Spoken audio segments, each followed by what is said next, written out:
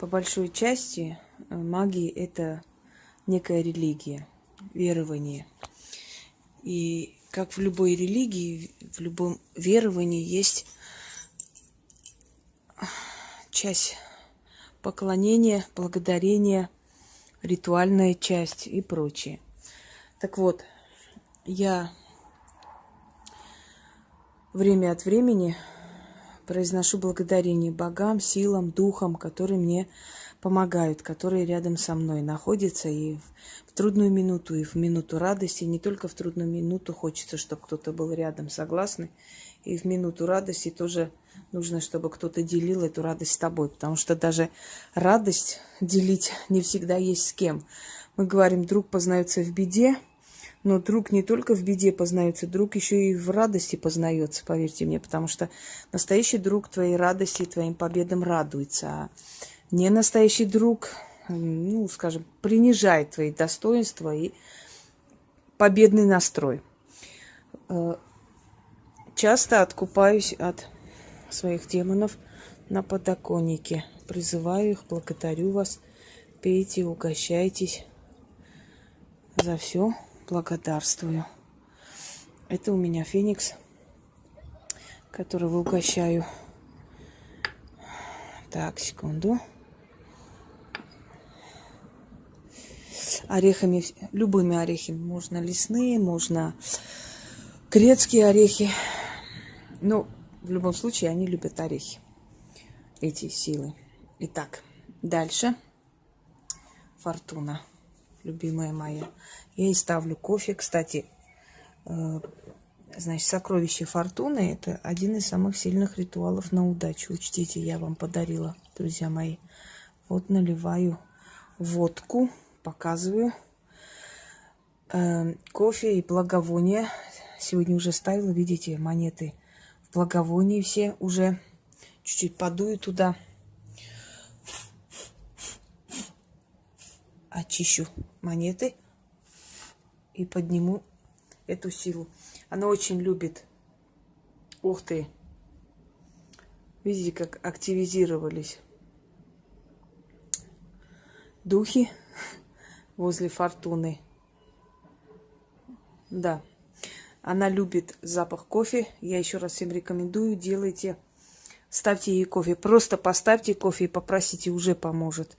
Даже без чтения поможет. Потому что если вы часто к ней обращаетесь, если вы часто просите ее, и она вас слышит, то просто уже достаточно попросите, она уже поможет. Скажем так. Это вот эта лягушка. Сейчас покажу вам. Царевна-лягушка. Я сидела в кафе, и подходит парень глухонемой. Они... в общем, с этими надписями ходит, там написано: помогите там собрать на детский дом, помогите на то, на это. Собственно говоря, это не важно, но... И он везде положил какие-то шарики, ручки, не знаю, что еще. И я говорю ему, сколько это стоит? Он мне говорит, 100 рублей. Я ему даю 200 рублей и говорю, забери это, мне не нужно. Просто бери, раз ты продаешь, возьми. И он так мне пальцем показал, мол, нет. Забирает ручки и мне достает, лягушку эту и ложит на стол. И на меня показывает. Я не могу понять. Я говорю, что ты хочешь мне сказать? Что? Он говорит... Опять показывает на меня. Я говорю, что на меня похоже? Он, ага. Я говорю, спасибо. Раз она на меня похожа, то я ее беру.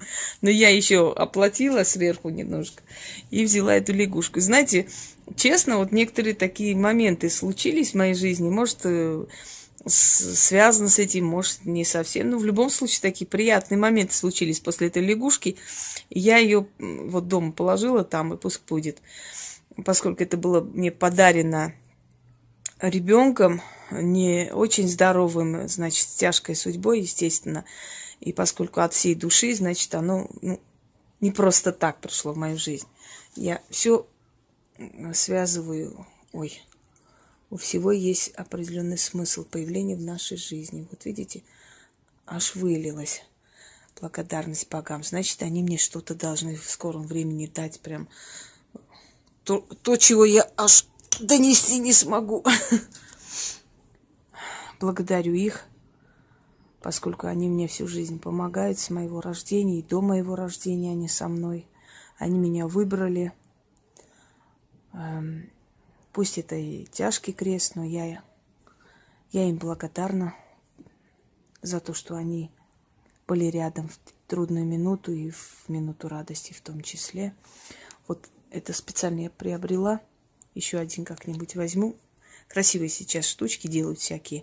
Волк, который поет серенаду луне. Волк как бы благодарит. Видите, как поет песню благодарности богам. Я специально эту подставку здесь поставила, потому что она актуальна здесь.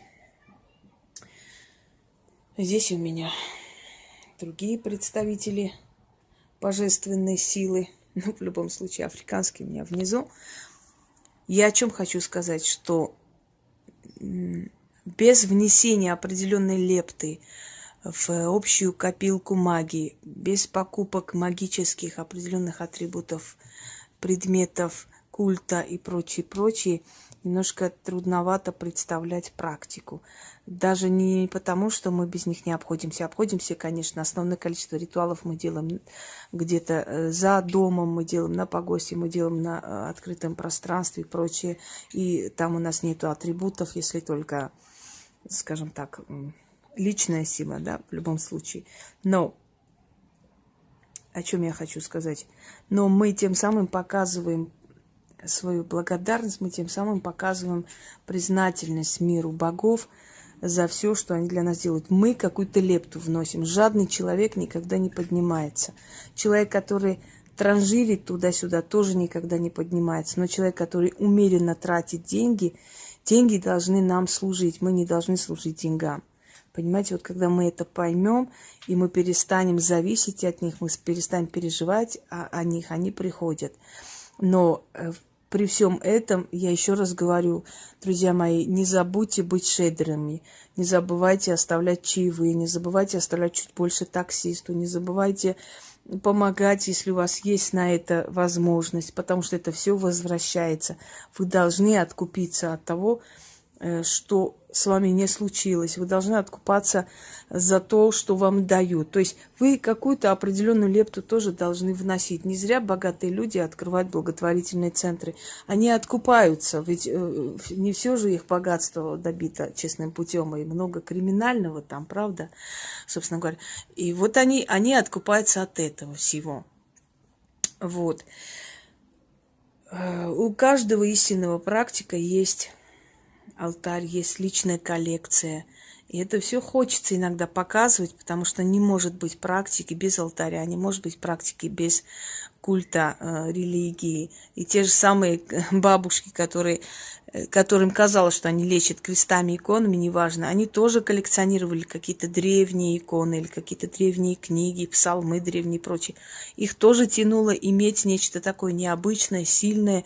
Естественно, это все пронизано моей силой. Когда-нибудь, когда меня не станет, это достанется моему сыну, а потом и другому поколению колдунов моего рода.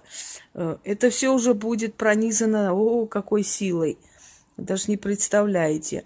Вот. И, естественно, наверное, они будут благодарны своей прабабке, которая им оставила такую бесценную коллекцию редких вещей, которые, не всегда и не везде можно достать. Но я еще раз повторяю, они ценность как таковую для обычного человека не представляют. Они представляют ценность только для практика.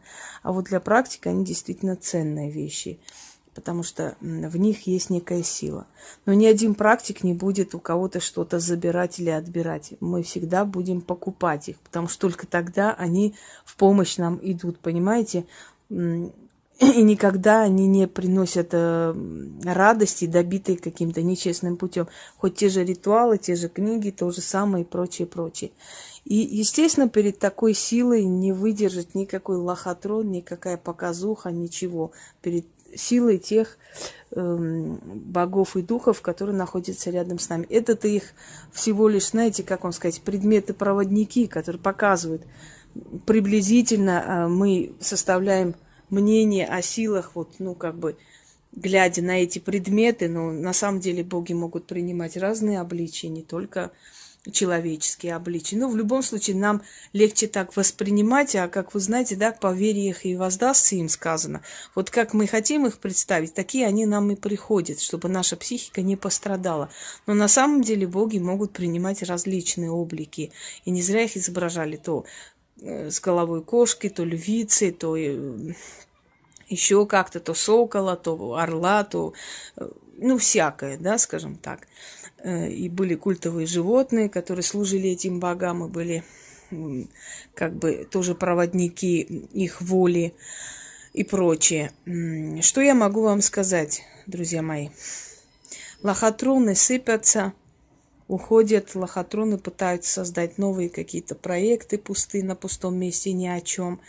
Всякие лживые проекты, которые однодневки, сыпятся и уходят, но люди, которые служат силе, реальной силы, реально служат, преданы этим силам, преданы богам, преданы своему делу, своим вот этим тайным знаниям, они остаются. Потому что можно сегодня украсть идею, завтра издать книгу на украденных ритуалах, послезавтра там морду намазать каким-то сметаной и сказать, что ты там скоро, значит, людям покажешь необычный какой-то метод омоложения и весь мир насмешить. Особенно в Москве, где публика настолько избалована, что здесь надо просто высший пилотаж, чтобы ты отличалась от других. Вот такие примитивные детсадовскими методами пытаться что-то сделать, показать свою силу. Конечно, это смешно, это очень смешно. Но учтите, люди, которые на пустом месте приходят в магию, за которыми стоит пустота, просто ну, ничего там нету, да, абсолютно ноль. Да, можно их раскрутить по телевидению, в какой-то момент все будут о тебе говорить, облатировать, и ты будешь прям купаться в лучах славы, но стоит прийти настоящим и дать тебе по морде, и все, ты катишься вниз, и ты уже абсолютно не та, и тебе уже не существует. И что самое интересное, легче простого это сделать. Всегда надутые вот такие расфуфыренные, скажем так, созданные искусственно персоны, они очень быстро рассыпаются на удивление всей публики, которые считали, что они, ой, это такие великие, это такие неописуемые, это и такие не знаю. Кто-нибудь из вас знает, помнит, да, Чумака или Кашпировского, помните этих людей? Ну, кто их помнит? Ну, где-то у них там какой-то профиль есть. Там 200 человек, может, в друзьях сидят из старой гвардии, кто их помнит. Но если бы это были действительно чудотворные люди, правда, если бы они действительно из себя что-то представляли, то их так быстро бы не забыли. Однако мы все помним Вангу, которая до последних своих дней пользовалась такой популярностью бешеной, что просто невозможно. У нее день и ночь ночевал народ, да? Ведь она ж не отошла в истории. После ее смерти еще многие манипулировали ее именем, называя ученицами Ванги себя, там с благословения Ванги, хотя Ванга никого не учила. Чему учить, если у тебя нету этого с природы данного, но учить этому невозможно, это нереально, это надо, с этим надо родиться. Так вот, о том, что искусственное, оно быстро, знаете, так промелькнуло и ушло. Вспомните эстрадных див, да, и вот эти бесконечные фабрики, бесконечно вот это вот лабуду, которую никто не помнит. А есть люди, которые в советское время были известные артисты, и сейчас они известны, свою популярность не теряют. Почему? Потому что там есть труд. Там, если ничего не жертвовать, ничего не получаешь. А не жертвуя ничего, просто-напросто делая тупую рекламу о том, что они чудотворцы, да, и идти вперед, это ненадолго хватает. Так что, дорогие друзья, когда человек действительно реально предан своей работе, своему ремеслу, если реально предан богам и силам, которым он служит, а не делает вид, что он что-то там где-то понимает и прочее, то такой человек, он всегда будет ими поддержан, ими возвышен, ими наказан где-то. Этот человек идет медленно, трудно, карабкается по скале, окровавив руки, ноги, и получая многочисленные камни в спину, потому что всегда будут обсуждать лучших, это нормальное дело. Всегда будут ненавидеть тех, кто достоин ненависти этой. Знаете, вот стать достойным ненависти тоже не так легко и просто. Не каждого человека ненавидят, правда? Но никогда никто не скажет реального чего-то там такого, что может навредить настоящим людям. Неважно, в какой сфере он настоящий. Настоящий он певец, или настоящий поэт, или настоящая ведьма, неважно. В любом случае приходят настоящие и с арены сметают всегда фальшь. Это было, есть и будет всегда. Поэтому фальшивым людям лучше, лучшее, что они могут сделать, скажем, молча сидеть и молчать и не трогать их, потому что стоит им их трогать, и будет очень плохо. Просто иногда некоторые люди думают, что вся сила состоит в рекламе, вся сила состоит в каких-то смешных роликах, вся сила состоит в каких-то там, не знаю, раскрученных подписчиках и лайках. Это смешно. В этом нет силы. Это временный просто источник дохода, который тоже уходит. Помните Братков время, да? Что они заработали? Максимум, что заработали могилу, минимум, что заработали пьянство и, значит, смерть в безвестности. Где их миллионы, доллары и все прочее? А нету их, потому что это все бесчестно было отобрано. Это было не по праву получено. И как пришло, так и ушло. Вот, собственно говоря, с этим и сравнивайте. Да? Жизнь – это супермаркет. Можешь делать, что хочешь, но при выходе за все надо платить. Всем удачи!